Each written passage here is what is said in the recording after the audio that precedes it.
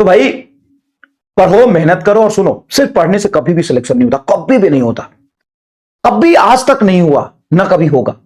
Selection होता है पढ़ने से, उसका अच्छे से रिवीजन करने से, रिवीजन करने के बाद, सुनिए ध्यान से मेरी बात, रिवीजन करने के बाद उस पर क्वेश्चन प्रैक्टिस से, और उसके बाद टेस्ट देने से।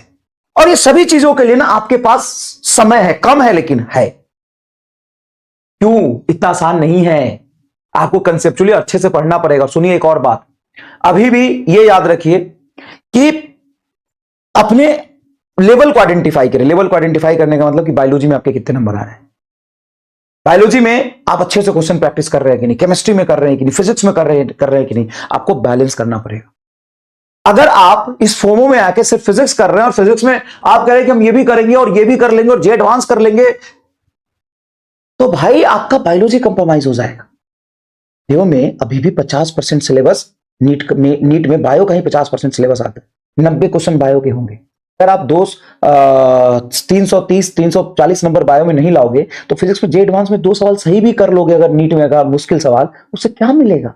नीट में 2-3 सवाल बहुत टफ आने वाले हैं, वो अगर तुम सही भी कर लोगे तो उससे क्या मिलने वाला है अगर तुम बायोलॉजी अपना कंप्रोमाइज कर लोगे तो।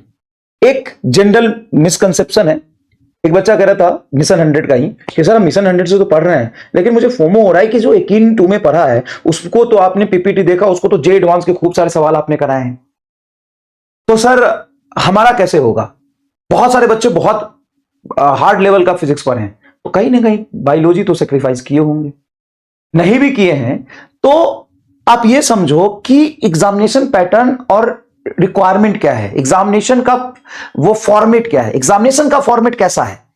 एग्जामिनेशन का फॉर्मेट है कि 50% आपको बायोलॉजी पूछा जाता है, उस पर आपकी मास्टरी होनी चाहिए। अगर नहीं है तो आप फालतू की बातें सोचना बंद कर दीजिए, पहले मास्टरी करिए, केमिस्ट्री में मास्टरी करिए, और फिजिक्स में मास्टरी करने से पहले सारे चैप्टर की बेसिक बात, कंसेप्चुअल डिस्कशन और फॉर्मूला बेस्ड सवाल आपको करना आना चाहिए। आज भी नीट के लिए पीवाईक्यू उतना ही रिलेवेंट था जितना 2024 के लिए, जितना 2025 के लिए। 2025 के पेपर में बच्चे उसी नीट के पीवाईक्यू के बेसिस पर सेलेक्ट होकर आए हैं कि नहीं? अब बच्चे ज्यादा मेहनत कर रहे हैं। उसका कहना था कि अब बच्चे बहुत मेहनत कर रहे हैं, बहुत अच्छे लेवल का सवाल लगा रहे हैं।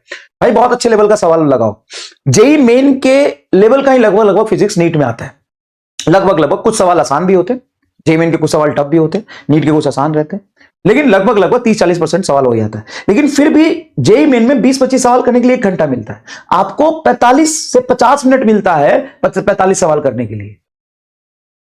तो एग्जाम में जो आसान सवाल है, इजी है, उसको जो सही करके आएगा ना, उसकी सिलेक्शन की प्रोबेबिलिटी ऊपर बनेगी पहले।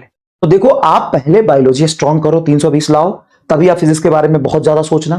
उसके बाद केमिस्ट्री में अच्छे नंबर लाओ, और फिजिक्स में आपके जो पूरे चैप्टर पे नीट पीवाईक्यू पे पूरी कमांड हो गई कि नहीं, पहले ये देखो। उसके बाद जेई मेन पे कमांड हो गई कि नहीं, देखो ये देखो।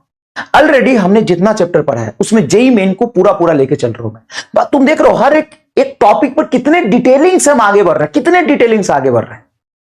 वो डिटेलिंग अपने आप में बहुत सफिशिएंट है, उसको कवर करने में सबकी बस की बात नहीं है। 30-40% लोग मिशन 100 में भी बैकलॉग के शिकार हो गए हैं।